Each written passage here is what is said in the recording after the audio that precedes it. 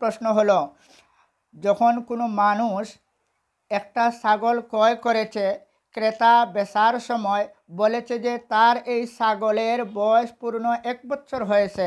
এখন দেখতেও দেখা যায় যে এই ছাগলের বয়স 1 বছর হবে, আসলে 1 বছর হয় নাই।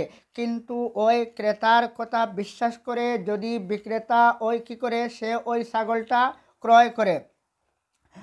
এখন ক্রয় করার পরে যে ওই ছাগলটা ক্রয় করেছে, সে যদি যে বিক্রি করেছে তার কথা অনুযায়ী এটা দিয়ে কুরবানি দেয়, তাহলে তার পক্ষ থেকে কুরবানি আদায় হয়ে যাবে। আর বয়স যদি কম হয় তাহলে সে কি হবে, যে ব্যক্তি বিক্রয় করেছে সে গুনাহগার হবে। আরেকটি প্রশ্ন হলো, গত বছর কুরবানি দিতে পারে নাই, এখন সে এই বছর যখন কুরবানি আসে তখন সে যদি কুরবানি দিতে চায় এই বছরের সাথে, তাহলে সে কি কুরবানি দিলে তার পক্ষ থেকে কুরবানি হবে?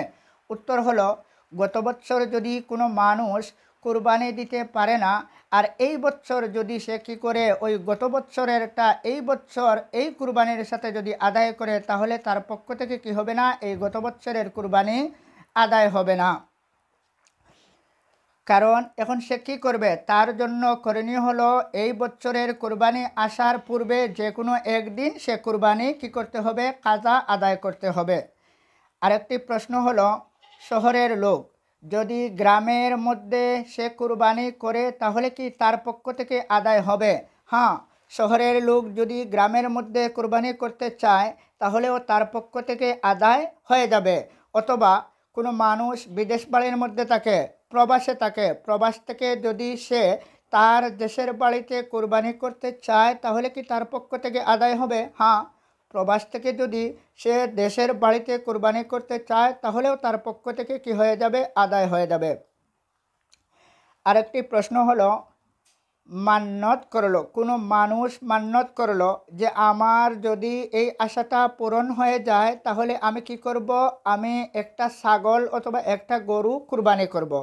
এখন তার যদি শরীয়তসম্মত কোনো মান্যত হয়ে থাকে তাহলে যখন তার মান্যত পূর্ণ হবে তখন তার পক্ষ থেকে কুরবানি করা ওয়াজিব।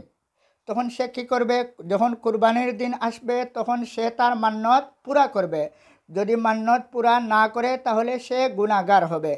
এখন প্রশ্ন হলো, সে যে মান্যত করেছে ওই মান্যত করা পশুর গোশত সে নিজে খেতে পারবে কি না? উত্তর, যে পশু মান্যত করেছে, যদি কোনো মানুষ মান্যত করে মান্যত করা পশুর গোশত সে নিজে খেতে পারবে না, তার পরিবার পরিজন কাউকে খাওয়াতে পারবে না, সম্পূর্ণ গোশত কী করে দিবে, সদকা করে দিবে। আরেকটি প্রশ্ন হলো, কোনো মানুষের গরু, ছাগল অথবা মহিষ হারিয়ে গেল, তখন সে মান্যত করলো যদি আমার ছাগল পাই, গরুটা পাই অথবা মহিষটা পাই তাহলে আমি এই ছাগলটা অথবা গরুটা অথবা এই মহিষটা আমি কি করব, কুরবানি দিয়ে দিব। এরপরে সে ওই পশুটা পেয়ে গেল, ছাগল পেয়ে গেল, গরু পেয়ে গেল অথবা মহিষ পেয়ে গেল, এখন সে কী করবে?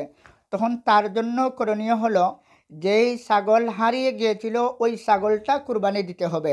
সে যদি ওই ছাগলের পরিবর্তে আরেকটা ছাগল কী করে ক্রয় করে কুরবানি দিতে চায় তাহলে তার পক্ষ থেকে আদায় হবে না। যেই গরু হারিয়ে গিয়েছে ওই গরুটাই কুরবানি দিতে হবে। ওই গরুর পরবর্তীতে আরেকটা গরু যদি ক্রয় করে সে কুরবানি দিতে চায় তাহলে তার মান্যত কি হবে না, পুরা হবে না। যেই মহিষ হারিয়ে গিয়েছিল ওই মহিষটাই কুরবানি দিতে হবে। ওই মহিষের পরবর্তী আরেকটা মহিষ যদি কুরবানি দিতে চায় তবুও তার পক্ষ থেকে কি হবে না, আদায় হবে না। প্রশ্ন হলো, কাশি দেওয়া ছাগল অথবা কাশি দেওয়া বলদ এই পশু দিয়ে কুরবানি দেওয়া যাবে কি না? হ্যাঁ, কাশি দেওয়া ছাগল অথবা কাশি দেওয়া বলদ দিয়েও কুরবানি দেওয়া যাবে, তাতে কোনো অসুবিধা নাই। আরেকটি প্রশ্ন হলো, যে ছাগল কাশি দেওয়া হয় নাই, যেটাকে আমরা গ্রাম্য ভাষায় ফাটা বলি, এমন পশু দিয়ে, এমন ছাগল দিয়ে কুরবানি দেওয়া যাবে কি না?